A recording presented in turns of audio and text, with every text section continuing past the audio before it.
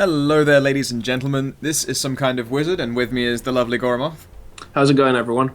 And it is time to cast some more Dota2. And we're just picking up another all-pick game, a pub match.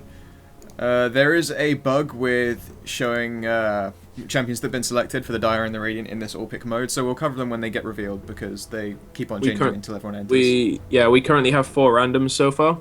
The Lion is random, the Bloodseeker is random, the Shadow Shaman is random, and the Jakiro is random. But it looks like the Jakiro is repicking. Yeah. There's not really much point in speculating for all-pick mode, because sadly they just have not got a version of that working yet. It's nice to see who's random, though, because, you know, the starting goal can really, like, shake things up. I mean, if the TA, for example, was random, that'd be a bottle start, which is huge. That is pretty big. In fact, look at and if you look at the top, you can see the combination of people that we're dealing with. So we may very well be looking at a Clockwork, Templar Assassin, Windrunner, Lion, and Sven lane. The Phantom Assassin on the other side was also randomed. Oh, that's all good. And I'm stuck on directed camera again, which is fantastic, but not what I'm looking for. They're already moving out. Do you want me to run through the Radiant, but while you guys wait for the Dire? Sounds good to me. Okay, so running up into the top lane, we have Hajop on the Windrunner. Waiting back at base, we have C on Lion. Wild, I'm going to assume Wild something, I'm just going to call him Wild, is on the Clockwork. Choja is on Sven. And the last one is our TA who hasn't connected yet. I'm going to quickly check their name. Delph on the TA. That's correct. And we're still waiting on one last person to pop in, but we'll go through these now. Shadow Shaman is Bentzer. The Bloodseeker is being played by Thug Life. The... Oh, Pylai Dai. Is that the actual Pylai Dai? Is playing Rubik. Who's Pylai Dai? 30 seconds to I battle. can't remember where I've heard him from, but I've seen that name before, and he swaps, in fact. Yes, Pylai Dai is now actually the Phantom Assassin, and Slain is playing as the Rubik. We've got one last person who DC'd and just rejoined, and they'll be picking in but a moment. Alright, we have some action going around the top rune. We have Clockwork and Bloodseeker in that vicinity. Yeah, they do seem to be staring it down. When it comes down to speed, though, he's going to be moving faster. It looks like Bloodseeker's going to get the position first. But Clockwork could outrun him if he wanted. Neither of them have skilled anything. The battle begins. They seem to be waiting on it. Okay, so... And the rune spawns in bottom, so it's completely wasted effort anyway. Yeah, and our last person has hopped in, and that is D-Rocketman playing as the Bounty Hunter. Alright, so Sven, interesting start. He's got some Gloves of Haste. That's your random gold playing out for you. It's a pretty strong start. Looks like he'll probably be going into a Magic Wand nice and early. So the actual lane-ups, though, it seems that it's going to be Sven Lion, which is a really, really strong stunning combo, and they'll be up against a solo Bounty Hunter. I think it's a Jungle Bloodseeker. It could very well be a Jungle Bloodseeker. He probably had random gold. He's starting with a Quelling Blade and a Stout Shield, as well as 2 potions of health and 3 sticks. So yes, that'll be Jungle Bloodseeker. What's he doing? He's pulling way too early. Oh, he's actually pulling into the creep lane. We've got Slain the Rubik. He's sitting up here, so it looks like it's going to be a duo lane PA Rubik versus Clockwork Windrunner. It's going to be interesting to see the CC match up, to be perfectly honest. If the Bloodseeker moves out when he hits level 6, then they're going to be in some trouble, however. What's interesting is Clockwork has his cogs, and I expected Rubik to go with his telekinesis, but he hasn't. He's gone with Fade Bolt. It looks like they probably want to score all of the ranged harass, you know, throwing daggers and throwing down Fade Bolts to try and control the lane. Oh, Lion's doing, on the bottom lane, Lion's doing a double pull, nice and standard, eating through the trees to get at that Alpha Wolf camp. Again, he's one of the ones who had random gold, so he has plenty to spare on regen if he wants to. Yeah, there's no, I think, the only unusual stuff is, the Gloves of Haste straight on Sven. Everything else, people have gone pretty standard with just, GG sticks and regen. Stats and regen. Bounty Hunter DC is out again, but he's being... Oh, and now he's apparently back. He must be dealing with quite some internet problems. That's a shame. Luckily, he was invisible when he DC'd. Actually, he wasn't. Someone else clicked him and turned him invisible. Oh, that's good. Some skill from their teammates there. Yep, I'll be watching the bottom lane there. It seems that Sven's just working up a nice safe farm. In fact, let's look at how the last hits are going. TA is actually working pretty evenly with the Shadow Shaman there, and they've both taken a lot of harass, down to a huge amount of damage. Considering TA has refraction, she's got 2 points in it as well. That is a lot of harass from Shadow Shaman. He's been landing a lot of shocks. He's gone 2 into Ether Shock, which is a fantastic amount of damage coming in. Probably Templar Assassin lost a bunch of shield charges before it lands. Oh! A slim moment there. If the Ether Shock had been casted then, that would have been a kill. I think she's dead. Still very moving. It is. First blood going the way to Shadow Shaman versus a TA. Really nicely played. Not expect to see that. That was really nice, trapping her in the 2 range creeps who just chipped down her diffraction. Yep. And in the jungle for the dire side, we see that Bloodseeker is still doing creep pulls and he's just jungling away happily. He seems to have missed a little bit of experience there, but otherwise he's in perfect control of it. On a Windrunner top. Nice, just harass. PA jumped on Windrunner and followed up with a Rubik Fade Bolt. Quite chunked the health, went down to half. Yep, it's interesting to see the way that the last hits are going. The Windrunner has absolutely nothing, and that's actually quite unusual. Usually you would see a Windrunner being the target for a lot of fun, because they actually do stack up quite well. It's why you often see them taking the solo lane. I'm pretty sure they're running this as a support Windrunner with the Clockwork as the farmer, but he's wandering around. He's sitting at quite a low 5 last hits, and to be honest, I've seen Clockwork's carry potential incredibly falls off in the late game. Like, he can have a very dominating early and mid game, but his damaging abilities aren't that damaging, I would say. I'd say the engagement range is amazing. Oh, Windrunner's in trouble. Windrunner lands and Windwalk is going to take him away. Clockwork just says he can go in. He gets a cog on both of them. It's excellent. In fact, the Windrunner is nowhere near. Throws that power shot, lands a hit, but it's not going to be enough. It looks like Clockwork's going down. Metal. Windrunner might go down as well. She's wanded. Her Windrunner's off to cool down now. Windrunner should be fine. There wouldn't be a problem there. Rubik didn't have enough mana to do a telekinesis. Oh, fight Roche. Show goes down, but he takes some death with him. Yeah. He actually might take Lion. Lion takes some harassment from the illusions, but it looks like he's probably going to get clear. And Bounty Hunter comes in, and maybe he'll be able to score a snipe if he moves in on that. He's not fast enough. He's not fast enough, however. He's not going to be able to take that kind of position. And Sven is continuing to free farm safely, like any Sven should, really. Bloodseeker again is continuing his jungle farming. It's falling off a little bit now that he's not pulling out to the creep lane so much. He's at level 3 and he's taking some serious harassment, but he should be okay. He's got potions to spare. Bounty Hunter again DCing, but he'll be back in a moment. Someone is set into invisible and he's already back, so not really sure if he's even DCing and that's just some kind of bug. Oh, Shadow Shaman has his bottled DD rune. That's gonna be scary. The TA is already having a tough enough time. If Shadow Shaman can get free harass out, then it's going to be a really big problem for it. I'm not gonna lie, I'm a big fan of the Shadow Shaman. He's playing exceptionally well. Yes, he's got some serious control over it. Although the creep wave isn't there now, otherwise there's really no point in shackling at this point, and you can't really control the TA quite yet.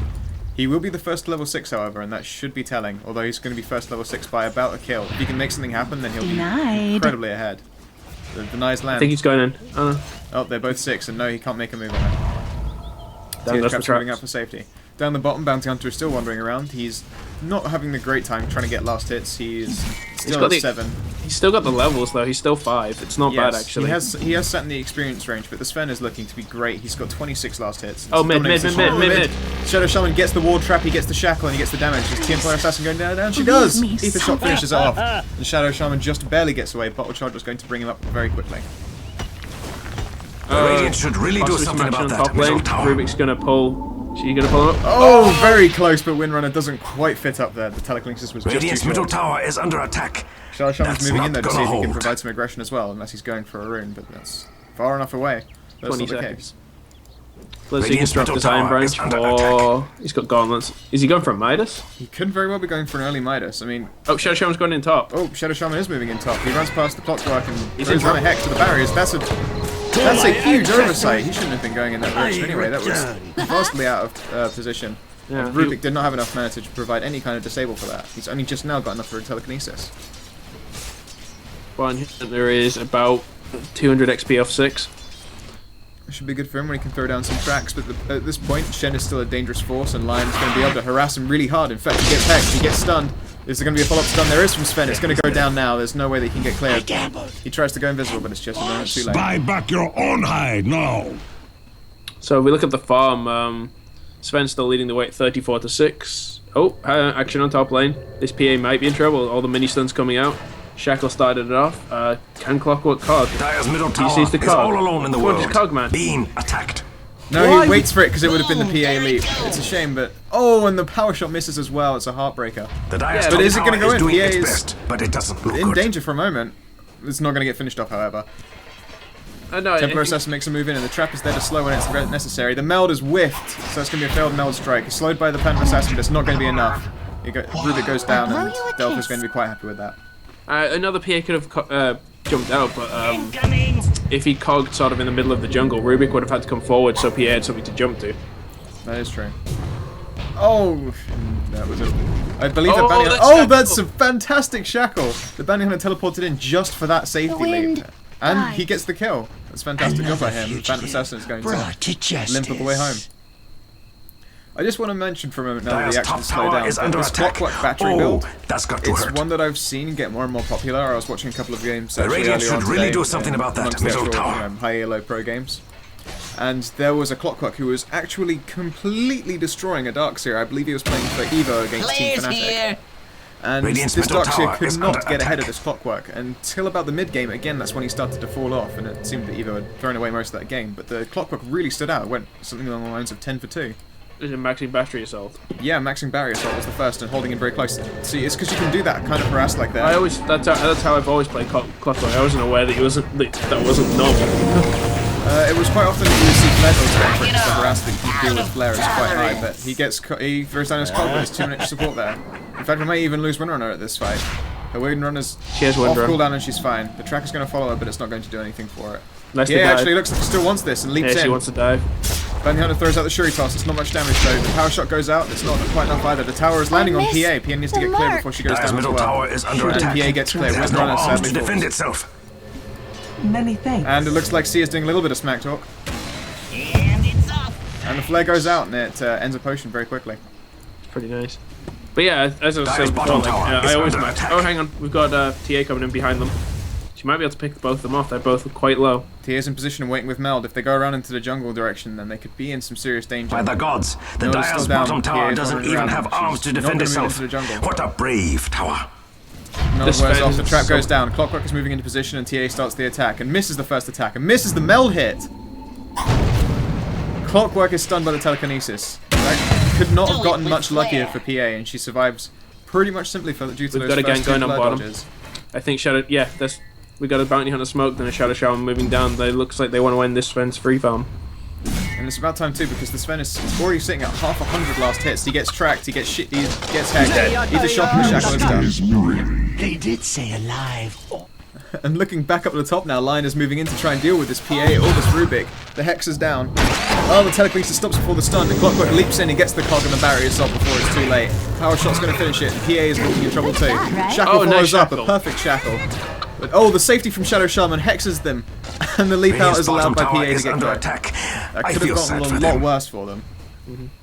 But yeah, what I was going to say right at the start of the game actually is, I think what we just saw is what this lane was intended to do. Like, obviously they're working within the confines of random heroes, but I think the intention was to cog and shackle them.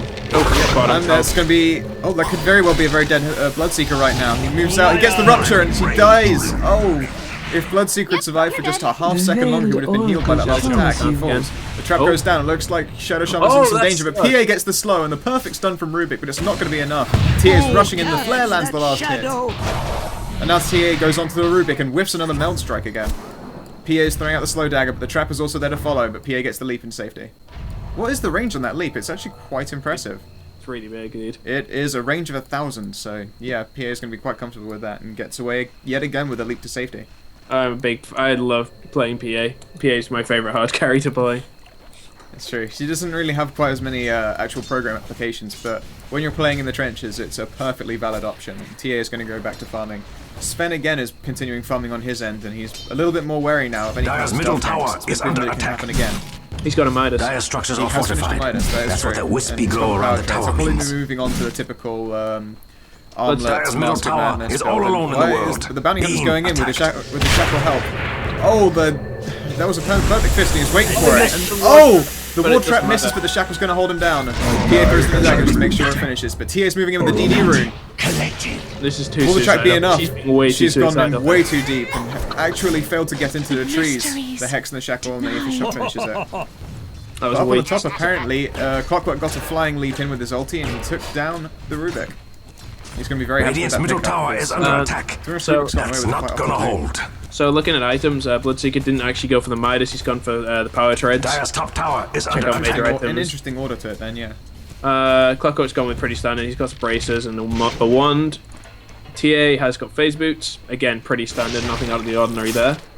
The Radiant Bazilla should on really do something Windrunner. about that middle tower. She got 1500 gold though. I'm not sure what she'll be going for right now. The Dire's top tower is Lion doing its best, stats. but it doesn't look good. There's a TP going in on the middle, and TA explodes the trap. It looks like she wants to take down Bloodseeker. Shadow Shaman is there to support, however.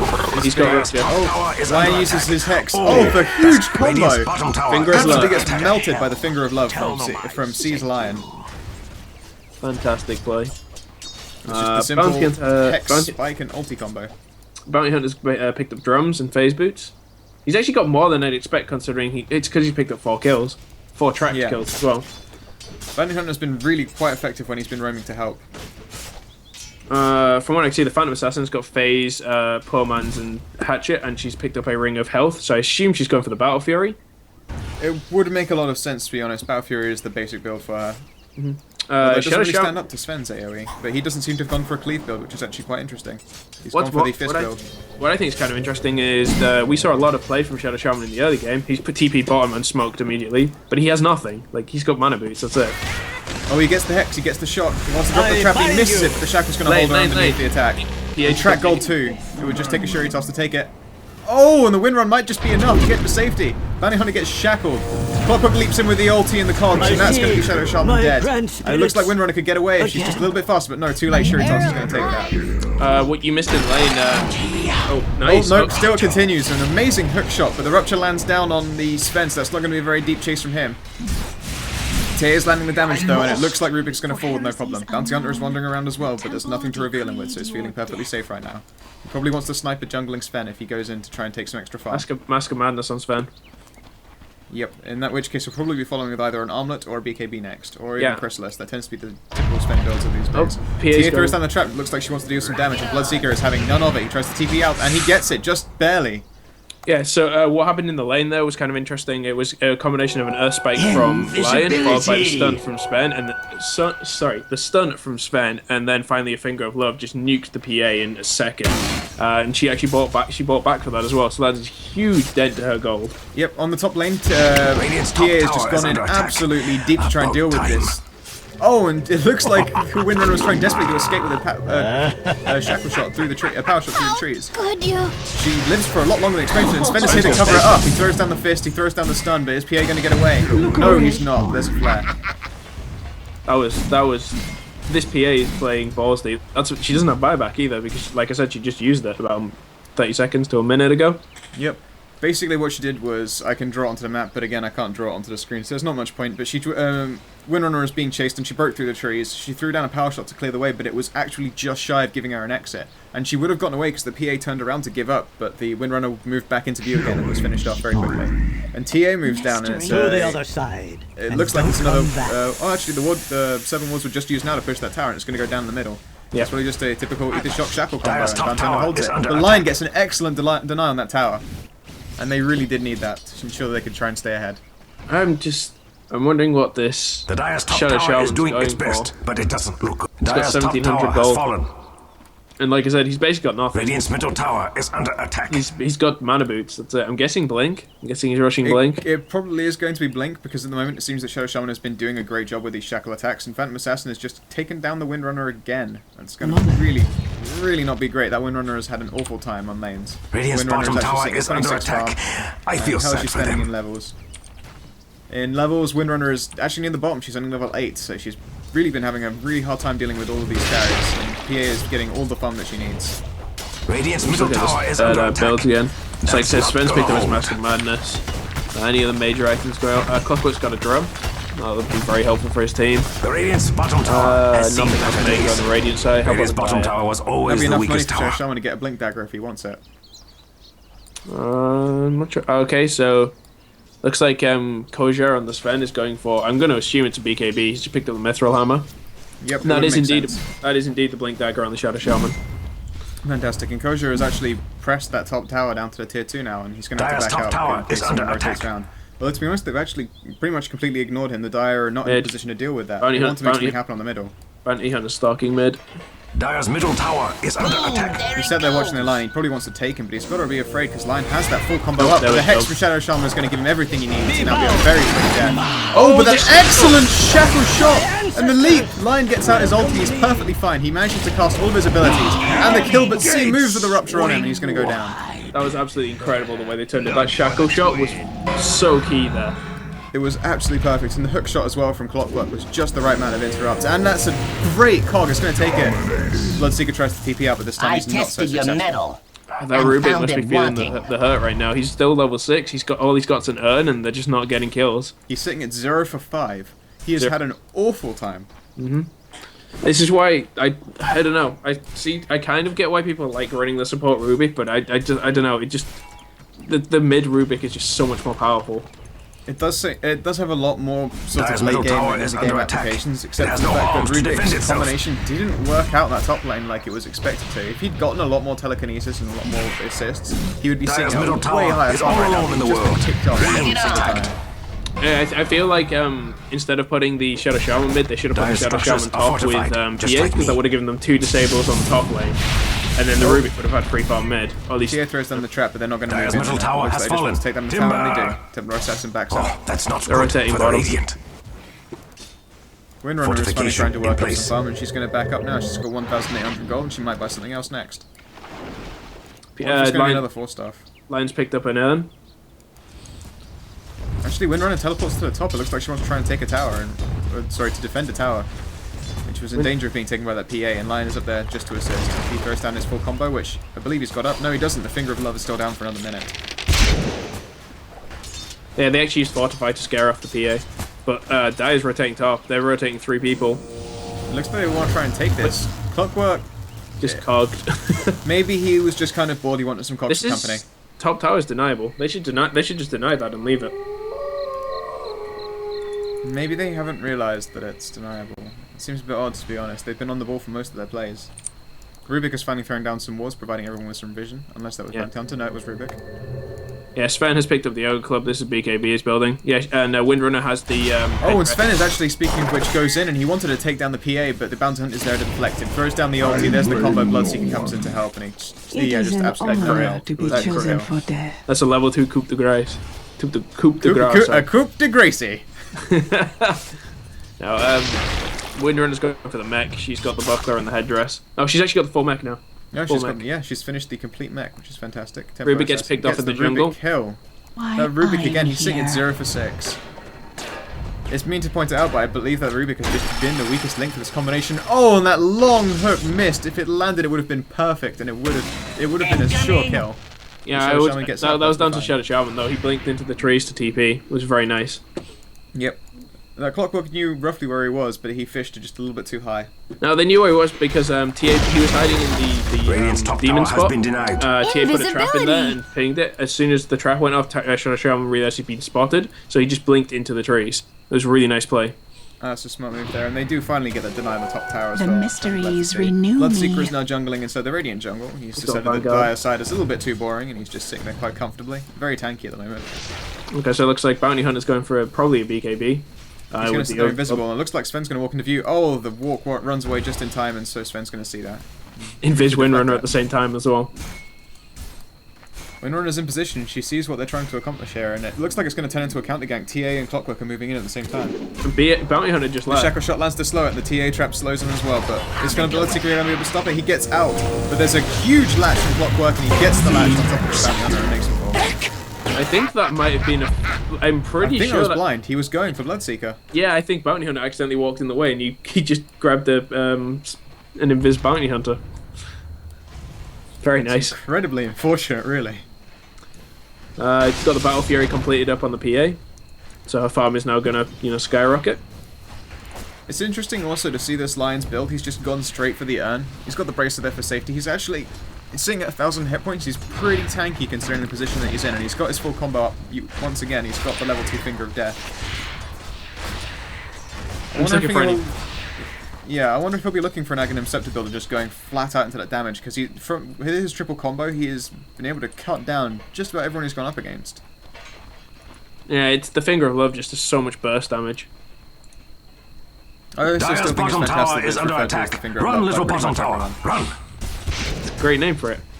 This bomb tower is going to go down. There's pretty much nothing the Dire can do about it. They just sat back at the second tower. Bottom tower doesn't. Yep, they're ulti being in to support it. Well, it looks like PA is probably going to try and pressure the top tower along with the Shadow Shaman. If they can make it fall, which shouldn't be too difficult. With Dire's Shadow bottom Realms, tower that'd be is fine. under attack. To the Radiant side, though. Oh, is there going to be an engagement? Radiant's top tower is Radiant under don't have attack. their glyph yet. In your face. Oh, Clockwork leaps in long. He throws down the cog, and TA blinks up to help out. Dire's Power bottom lands as tower well. was never my favorite. Bloodseeker throws down the Radiant's ulti on top tower top of is the under Windrunner and attack. tries to back up. Rubik's going to get taken down for it. Dire's bottom tower is under Got caught attack. by a Run, long little range bottom tower. Stone Fist. And it looks like the tier 3 is going to be lost for this as well. And again, there's no Base one, race. there's no Radiant's glyph top up. tower It's a is bit of a under base attack. race too. But it's only Shadow Shaman Dire's pressing bottom the top. tower has fallen. Yeah, PA It was just a got valiant back. effort. Just picked up an old club. I'm guessing BKB. Banyan is sitting that's there in not position good to try for to the help, but there's Radiant. nothing you can do there. All up there. Dire's Just bottom barracks completely are mowing under through. attack. Barracks are Dire's down. bottom barracks have fallen. Is Shadow Shaman backing out? He does, and he teleports. The teleport down bottom is going to deflect him as well from Dire's Lion. bottom barracks have fallen. See ya. Looks like the Radiant are just in a dominating position right now. There's nothing They're that I chasing. can really do in the team fight. Danny Hunter moves in to try and make something happen, but they should actually be a lot more afraid. A long shuffle shot doesn't latch onto anything, and they're all TPing out and backing out now. The tracks are visible on the Sven as well. And he'll No, be this everyone. Windrunner needs to be really careful. She is so out of position. No, it's fine. They're not going to engage. They're a bit too afraid of it at the moment. It's been proven that they don't have as much burst damage as the enemy team do. I was just worried more about the TA trap that could have gone off and potentially slowed her. Like the bounty hunter seemed to be running right behind her. That is true, and it looks like actually the Dire are going to go for a Roshan in order to try and turn this around. And to be honest, is what they kind of need right now. And they're fighting down that giant chicken, and the shackle goes down as well. But the flare is going to reveal it. They are completely revealed, and they're probably going to have to back out. No, The they're Radiant don't going to move keep for doing it. this. They're going to keep doing it. I don't actually think Radiant can get here fast enough. Look how fast it's going down. Roshan is sitting there at 2,000 hit points. Another flare lands, and everyone's moving in. The flare is actually taking them down quite a lot, and a couple of bashes. But Roshan is so close to going down. 300, and the long leap in from Clockwork. He throws down the cogs. PA is going to go down. Clockwork snatches the Aegis, and the Dire does get the Roshan kill. But is it going to be worth it? Probably not. PA buys back in to be there as quickly as possible. Clockwork's fairy charge goes down. Lion throws down the finger of love. They both fall. That was a real shame. I don't know if you saw TA was phase booting in to try and get into the pit before Roshan went down, and Bloodseeker ruptured her to stop her getting near the pit. It was a really nice play. It's a good choice, but oh, the long range stun and the burst. The Bloodseeker goes down just a couple of hits. How built is that Sven? And look, he's got a Demon Edge now. He's probably going for either an MKB or he's going for a Daedalus. To be honest, either would be fine. If he went for an MKB, he would not miss that TA at all. The PA Exactly. even. Clockwork's got Blade Mail finished, and the Aegis, like you said, he sniped Dire's that. middle TA's tower going is for a under BKB. Windrunner's like got the she's got a Geometrucite now as well. She's fantastic. She's in a hugely dominating position. I don't think the Radiant have Dire's ever really middle slipped tower up on has any of their fallen. engagements on players That's- as yet. That's a Blink Dagger on Lion. That's a terrifying engagement range as well. With full duration of the full size of the blink, along with the full reach of the hex. Dire's As structures far are as you need to fortified. engage from. And you look at the Dire team, like Bloodseeker's still just sitting on his Vanguard and boots. Dire's Bounty middle tower Hunter is hasn't under attack. got anything It has past no the arms Ogre to Club. defend itself. She got the Battle Fury, which is great, but she hasn't, like, by the time she got the Battle Fury, there's just no farming going on. Also, Bloodsuckers gets the easiest latch of his life, throws down the cogs, and there's just nothing the Shadow Shaman can do about it. oh, that's Sven a runs Rupture down, Sven. he's got the Rupture on him, and he's going to have to stop moving. He falls. Rubik's first kill, and he takes belongs down to the the carrying Aegis. Sven. Lion is brought back into the game as well. I did not notice him fall, actually. Dire's He middle probably went tower down is to a under burst from a attack. PA. He got picked off at the front tower. TA is looking to leave. She's being followed by a Bounty Hunter and a Bloodseeker, but they don't want. But they want to try and take that fight. I feel like Dire's if middle tower is under attack. it's gonna be It has it's no gonna be arms tough. to But I defend feel like the itself. Dire hold it out. The PA can carry harder than the Sven. But then it just comes down to Rubik stealing some clutch spells and the Shadow Shaman really, because all the CC essentially. Oh, it's the Hex and it's the burst combo from Lion, and he whiffs the Finger of Love. He hits a creep with it. PA is still going to be free. She gets the kill. Can she get the next? She can't. Templar Assessment from Bloodseeker's going to finish her off along with the help of the Rubik there. The trap goes off, but it's not enough. Goes down. That Lion has got to be kicking himself. He used the Finger of Pain on a creep instead of getting that very, Dire's middle very tower easy is all Templar alone in Assassin the kill. world, being attacked. But while all of this happens, the actual Dire Ancient is getting pressured. The tier 4 towers are getting damaged by the creeps that have been pressing up, and there's nothing really the Shadow Shaman and Rubik can do as a combo to deal with that population. They're just way too squishy. Bloodseeker has gone for Talisman of Evasion. He's like, Interesting. He's possibly going for a butterfly, but he knows that he he's- just can't understand. He can't stand under these constant yeah, but attacks. in his stash he's got an Ogre Club. Interesting. I'm not really not sure what to say about that. Actually, it's It's like he's trying to build a butterfly and a BKB at the same time. I guess he just really wants that tankiness, you know, the base stats of the Ogre Club accompanied with the butterfly. Yeah, it's pretty much everyone on the Dire side, sorry, is going for a BKB. You got Bounty Hunter, he's got the Mithril Hammer and the Ogre Club. Bloodseeker just bought the Ogre Club, like I said. PA, yep, she's got the Ogre Club and the Mithril Hammer. Shadow Shaman has picked up the Ogre Club and the recipe. Rubik. Oh, just a second there. It looks like Lion caught him. The gem for Windrunner reveals Bounty Hunter. He goes to Fuzzy with the chain CC as well. And goes down swiftly. And TA whiffs a blink and gets trapped in the trees. He pulled a some kind of wizard. They don't need to know about that. They do. That's actually kind of amazing. It's a little bit of enemy team smack talk against each other. Of course, the mildly BM Lion from last time is a bit of an encounter with Bounty Hunter because apparently they're effing tryhards, despite the fact that they mostly ran randoms as well as the Dire side. They just know how to play their randoms better. Live and learn. I don't know, I feel like the Dire could take this. The kill difference isn't that big. The main problem obviously is the map, the sheer map domination that the Radiant have right now. Yeah, well, I mean, when you look at the combination of items, if everyone were to get a BKB, then who amongst the Radiant side could deal damage? You've basically got Sven's auto attacks and that's it. Some of TA's auto attacks a little bit, Radiant's but they aren't going to be able to side is lanes. under attack. It's a pretty good chunk of the damage gone. Bloodseeker, he tries again for that cheeky portal out, but this time it's not going to work. The Radiant's full bottom tower rotation has of lines seen of better abilities, along days. with the Tempo Assassin's right clicks will take Your him, no death problem. was a secret I could no longer hide. Radiant's I bottom just want to tower say as is well, under attack. there's a massive lack of wards on either side, to be honest. Like, I mean, it matters bottom slightly tower has less fallen, for the Radiant and I because don't they have mean TA in traps love. quite covering. Yeah, if you look at the entire map, then you can see that there's just there's more Dire's dot top running tower all of the is good under stairway attack. points. Oh, we've got another Boss tower. is getting pressured as well. Looks like Radiant's we've got bottom the bottom tower is tower can under very attack. easily go down. I feel sad for them. He doesn't have wards. I think they used the wards on the yeah, they did. They used the wards on the tier 2. Oh, it's a long latch from Clockwork on the bottom. He throws down the Cogs, he throws down the 4 mail, the Phantom Seen Assassin's better traps. days. The Hex lands as well, and the stun follows up. It looks like she's not going to be able to get away. She could have gotten. Dire's top tower has She fallen. totally could have gotten away, but Shadow Shaman ran away too fast.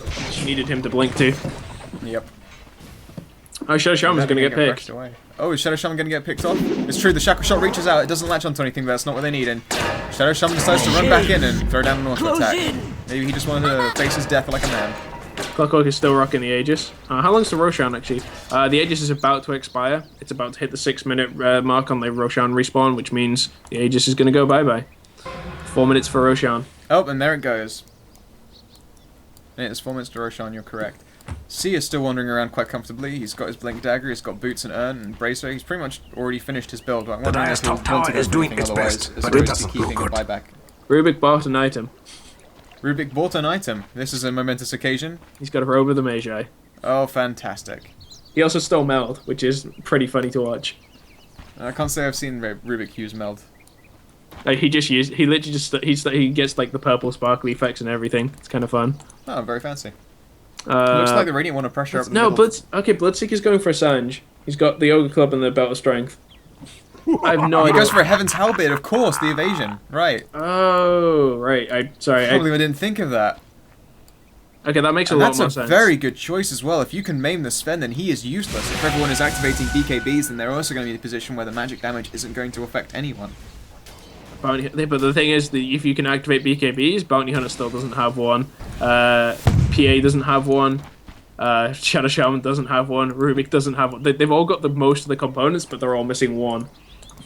Well, if the Radiant take this fight soon, then they're going to be in a really still quite strong position. I think the Heaven's we got a Halberd was a pause. very good choice, and there's a pause. So I suppose we can talk about the items right now. Sven is apparently drunk, so that's good news for him, and that's not going to get the game to stay paused. You and see what Shadow TA Shaman is? resumes it. You see what TA is? I was going to say that just now. TA is sitting there in a really quite comfortable position and leaves. I actually thought for a moment she'd managed to sneak up there and stay melded until No, I it was realised Invis that Rune.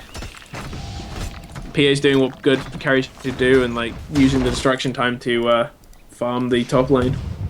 She's still a good 500 off of a BKB, so she's not going to be too happy with that. But the flare doesn't find with Clockwork, and he throws out a blind hook shot, and it's not going to work. She TPs.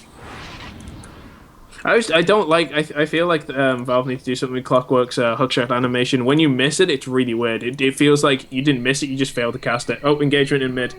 That would have been really nice if that shackle of lights. That was a really. And there's another hook shot. The cogs go out. TA jumps in, and that's an easy kill. But Sven stacks up his fist incorrectly. Line uses the finger of love. He throws on the mana drain in the hex. There's no way for Baltica to get away from that. Looks like they're going to be able to take another barracks. Middle Hopefully barracks before the BKB lands down. Otherwise, the Dire will still have a chance against them. Oh, BKB. Oh, the BKB. Shadow Shaman does in fact have one. He throws down the hex. He throws down the shot, and he's just losing to auto attacks. TA gets shackled, but he's not enough. He falls to the creeps. And there's again another cog just sat there. Dire's middle barracks. I'm really impressed with the hook shots on that Clockwork. He's Dire's actually middle loaded barracks quite have fallen often. in the line of duty. Oh, that was awesome. Rubik just avoided a meld strike with a diffraction he stole. That's fantastic. I was just going to say, have you noticed that the Clockwork's build was straight into an Aghanim Scepter to follow up? Because Dire's the middle cooldown of the tower hook shot is was under 12 with an Aghanim Scepter. Yeah, he had the. Well, when we were about to start that item, I was going to mention he had the point booster on him. Dire's middle tower is all alone in the world. Looks like this is going to be the end of the game. GG. Dire's middle team can only tower sit there, now and maybe belongs we'll to get to the see Aegis. just a last moment of smack talk before it's all over. Dire's ancient is Fast under up on the attack. Windrunner, Vlad's on the Windrunner. It's a very different Windrunner from the one we saw at the start of the game. It absolutely is. She really did turn it around a little bit. Radiant victory. That's the end of the game. GG, well Dire played. has fortified its structures. Notification goes